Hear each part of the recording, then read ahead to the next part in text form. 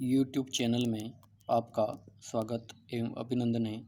आज इस वीडियो में फर्स्ट ईयर का जो बहुत ही महत्वपूर्ण जो बिंदु है वो है अपर्दन चक्र की संकल्पना के बारे में अध्ययन करेंगे। अपर्दन चक्र जो है इसके संदर्भ में पिछले आप लगभग पेपर में आप देखोगे तो अपर्दन चक्र के संदर्भ में जो प्रश्न लगभग बनता रहता है या तो डेविस का अपर्दन चक्र या फिर पेंक के अपर्दन चक्र की संकल्पना से संबंधित प्रश्न मुख्य रूप से लगभग एग्ज़ाम में आते रहते हैं। तो अतः इस टॉपिक को आपको सबसे ज़्यादा महत्वपूर्ण मानते हुए इसको आपको अच्छे से याद करना ही है, क्योंकि यह जो बिंदु है ये आपके लिए बहुत ही महत्वपूर्ण छोटे प्रश्न से लेकर मध्यम एवं दीर्घ यानी निबंधात्मक प्रश्न तक में ये प्रश्न पूछते रहते हैं। अतः आपको इससे संदर्भ में आपको PDF भेज दिया है, उसको आप अच्छे से अपने नोटबुक में नोट्स को उतारें और इसका डायग्राम भी बनाने की कोशिश करें और अच्छे से समझने का प्रयास करें। सबसे पहले है अपर्दन चक्र। अपर्दन चक्र जो है वो क्या होता है, तो सामान्य परिचय अपन देखते हैं। सबसे पहले तो सर्वप्रथम अपर्दन चक्र के संदर्भ में जो है स्कॉटिश भूगोलवेत्ता जेम्स हटन ने 1785 में भूविज्ञान के क्षेत्र में चक्रीय पद्धति का अवलोकन किया था। ये अपने को ध्यान रखना है।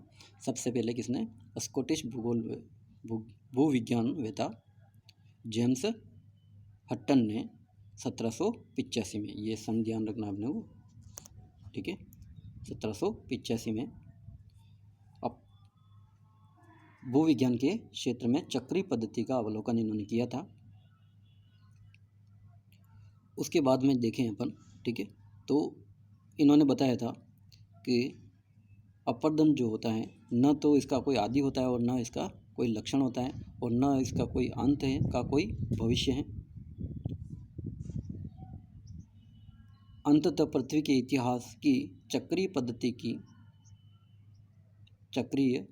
पद्धति की संकल्पना में परिणत हो गया और इसी आधार पर उन्होंने एक रूपतावाद के सिद्धांत का इन्होंने प्रतिपादन किया था। ये भी कई कंपटीशन एग्जाम में पूछते रहते हैं। तो एक रूपतावाद का जो सिद्धांत है वो किसने दिया था, इन्होंने जेम्स हटन ने दिया था, प्रतिपादन किया।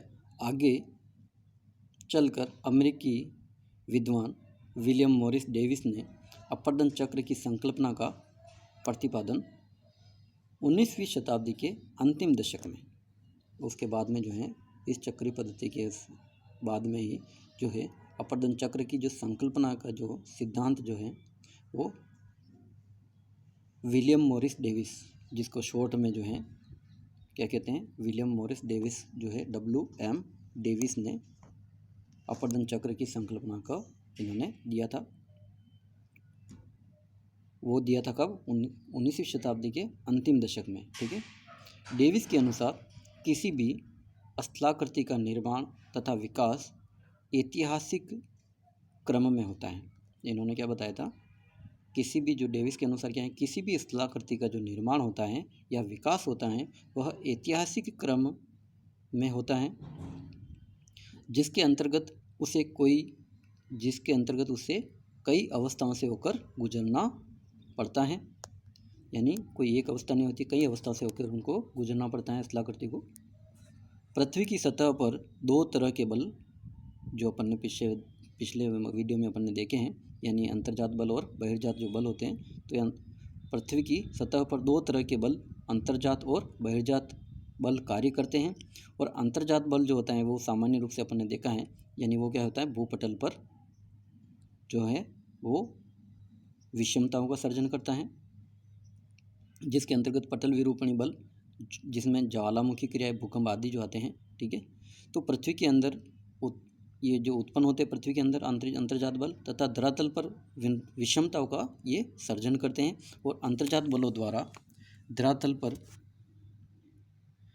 विषमताओं के आविर्भाव दो रूपों में होते हैं। यानी ये जो विषमताओं का जो आविर्भाव जो होता है अंतर्जात बलों द्वारा, वो भी दो रूपों में होता है। ये अपन ने पिछले वीडियो में देखा है, पिछले आपको PDF भी भेजे हैं, ठीक है। पहला जो है वो उत्थान द्वारा, जिसमें पर्वत, पठार और पहाड़ियाँ आदि का निर्माण होता है। और दूसरा होता है अवतलन द्वारा, जिसमें झीलें, गड्ढों आदि का निर्माण इसमें होता है। बहिर्जात बल, जिसमें नदी या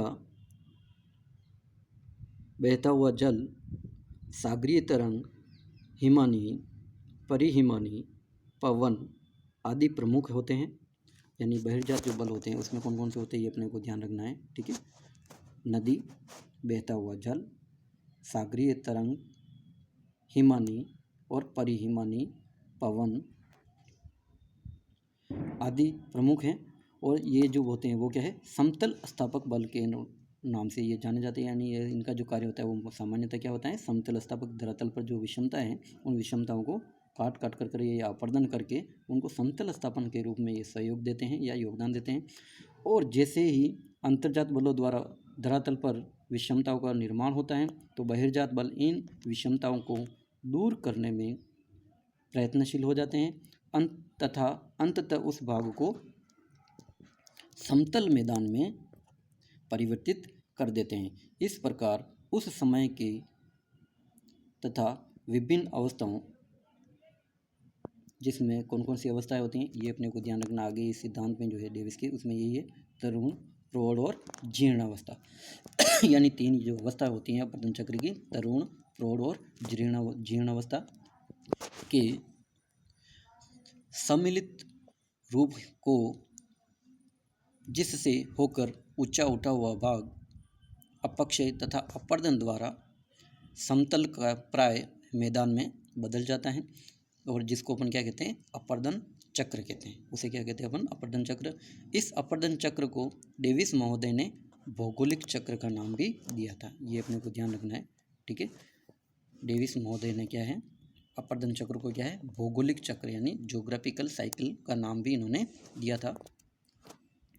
डेविस ने अपने भौगोलिक चक्र की संकल्पना का प्रतिपादन 1899 में किया, परंतु ये ध्यान रखना सबसे महत्वपूर्ण है, डेविस ने अपने भौगोलिक चक्र की संकल्पना का जो प्रतिपादन किया था, कब किया था, 1899 में किया था, ठीक है। 19वीं शताब्दी के यानी अंतिम दशक में किया था। परंतु जर्मन विद्वानों ने इस संकल्पना की कटु आलोचना की, ये भी अपने को ध्यान रखना है। यानी बाद में जो ये तो जो थे अमेरिकन थे, तो जर्मन विद्वानों ने इसकी कटु आलोचना की थी, इस सिद्धांत की, तथा चक्र शब्द को भ्रामक बताया। इन आलोचनाओं में वाल्टर पैंक, ये जो है जर्मन विद्वान है, ठीक है, वाल्टर पैंक प्रमुख हैं। इन्होंने अपर्दन चक्र की अपर्दन चक्र की मूल बात को स्वीकार किया, परंतु डेविस द्वारा प्रतिपादित भौगोलिक चक्र को अस्वीकार किया तथा नदी अपर्दन चक्र का प्रतिपादन किया है। और इन्होंने क्या है, नदी अपर्दन चक्र का प्रतिपादन किया। डेविस के भौगोलिक चक्र के बाद प्रत्येक प्रक्रम, यानी इन्होंने जो बताया, डेविस के भौगोलिक चक्र के बाद प्रत्येक प्रक्रम, जिसमें कौन कौन से, यानी अपर्दन के जो कारक होते हैं, जैसे यानी नदी, भूमिगत जल, सागरीय तरंग, हिमानी, परिहिमानी, पवन आदि के साथ चक्रीय व्यवस्था के अवलोकन का फैशन प्रारंभ हो गया। यानी जो डेविस ने जैसे दिया तो उसके बाद में, ठीक है, ये फैशन के रूप में आ गया, यानी सभी विद्वान इसके ऊपर अपने अपने विचार रखने लगे। डेविस ने 1905 में शुष्क प्रदेशों में शुष्क अपर्दन चक्र, यानी डेविस ने ही है जो शुष्क जो भाग होते हैं मरुस्थलीय प्रदेश, उसके शुष्क अपर्दन चक्र का प्रतिपादन किया। बीदी ने 1911 में और स्विजिक ने 1918 में तथा सैंडर्स ने 1921 में चूने के पत्थर वाले क्षेत्रों में भूमिगत जल द्वारा काष्ठ अपर्दन चक्र का इन्होंने प्रतिपादन किया था। क्योंकि इन्होंने बीदी, स्विजिक और सैंडर्स ने 1921 में चूने के पत्थर वाले जो यानी क्षेत्रों में भूमिगत जल द्वारा जो निर्मित अपर्दन चक्र जो होता है यानी काष्ठ अपर्दन चक्र की संकल्पना का इन्होंने प्रतिपादन किया। आगे चलकर सागरीय अपर्दन चक्र, हिमानी अपर्दन चक्र तथा परिहिमानी अपर्दन चक्र यानी पेल्टियर ने, ये अपने को ध्यान रखना, ये भी कई कंपटीशन में पूछते रहते, परिहिमानी अपर्दन चक्र किसने दिया था, तो पेल्टियर ने 1950 में दिया था, ठीक है, इन्होंने प्रतिपादन किया था। 1933 में क्रिक्र में ये जो है शब्द आपको ध्यान रखना है। कई बार कंपटीशन फर्स्ट ग्रेड या नेट के संदर्भ में या फिर छोटे मोटे जो कंपटीशन एग्जाम होते हैं उसमें भी ये कभी कभी पूछ लेते हैं, ठीक है। अपर्दन चक्र के संदर्भ में किसने दिया, कब दिया, कौन से विद्वान थे, ठीक है। तो 1933 में क्रिकर ने डेविस के भौगोलिक चक्र में कुछ संशोधन प्रस्तुत किया तथा उन्होंने डेविस के पेनिप्लेनेशन यानी समप्राय जो मैदान, हिंदी में इसको कहते हैं पेनिप्लेनेशन या समप्राय जो मैदान है, पेनिप्लेनेशन के स्थान पर पेनप्लेनेशन यानी पेनिप्लेनेशन के स्थान पर इन्होंने क्या किया था, पेनप्लेनेशन शब्द का इन्होंने प्रयोग किया था, से को अधिक प्रभावकारी बताया तथा कहा कि चक्र के अंत में पेनिप्लेन न बनकर के पेन प्लेन निर्मित होता है। यानी डेविस ने जो बताया समप्राय मैदान या पेनप्लेनेशन के स्थान पर इन्होंने क्या बताया था, पेनप्लेनेशन निर्मित होता है। कुछ विद्वानों ने जब डेविस के भौगोलिक चक्र को भूपटल के कई क्षेत्रों में स्थल रूपों के निर्माण की प्रक्रिया के स्पष्टीकरण में असमर्थ पाया तो नवीन चक्रों का प्रतिपादन कर डाला। यानी कुछ जो विद्वान हैं उन्होंने भूपटल पर कई क्षेत्रों के जो स्थल रूपों के निर्माण की प्रक्रिया में जो स्पष्टीकरण में असमर्थ पाया तो उन्होंने क्या है, नवीन चक्रों का प्रतिपादन किया। 1948 में एल.सी. किंग ने, एल.सी. जो किंग है 1948 में अफ्रीका में के शुष्क तथा सवाना प्रदेशों के स्थल रूपों के विकास के स्पष्टीकरण के लिए पेडिप्लेनेशन यानी ये जो है एल.सी. किंग ने क्या है, कौन सा शब्द का प्रयोग किया था, पेडिप्लेनेशन चक्र की संकल्पना का इन्होंने प्रतिपादन किया। पेडिप्लेनेशन चक्र का संपादन पेडिप्लेनेशन तथा कगार निर्मित यानी स्क्रैप रिट्रैक्ट की युगल क्रियाओं द्वारा होता है तथा चक्र के अंत में निर्मित स्थलाकृति को अपन क्या कहते हैं, पेडिप्लेन कहते हैं। चक्र के जो अंत में एल.सी. किंग ने बताया वो क्या होती है, स्थलाकृति जो बनती है वो पेडिप्लेन होती हैं। पफ तथा टॉमस ने 1966 में अफ्रीका के शुष्क तथा अर्ध शुष्क सवाना प्रदेशों में स्थल रूपों के विकास के लिए सवाना अपर्दन चक्र यानी इन्होंने जो है सवाना अपर्दन चक्र शुष्क एवं अर्धशुष्क सवाना में स्थल रूपों के विकास के लिए सवाना अपर्दन चक्र की संकल्पना का प्रतिपादन किया था। किसने, पफ एवं टॉमस ने, ठीक है, ये भी ध्यान रखना है।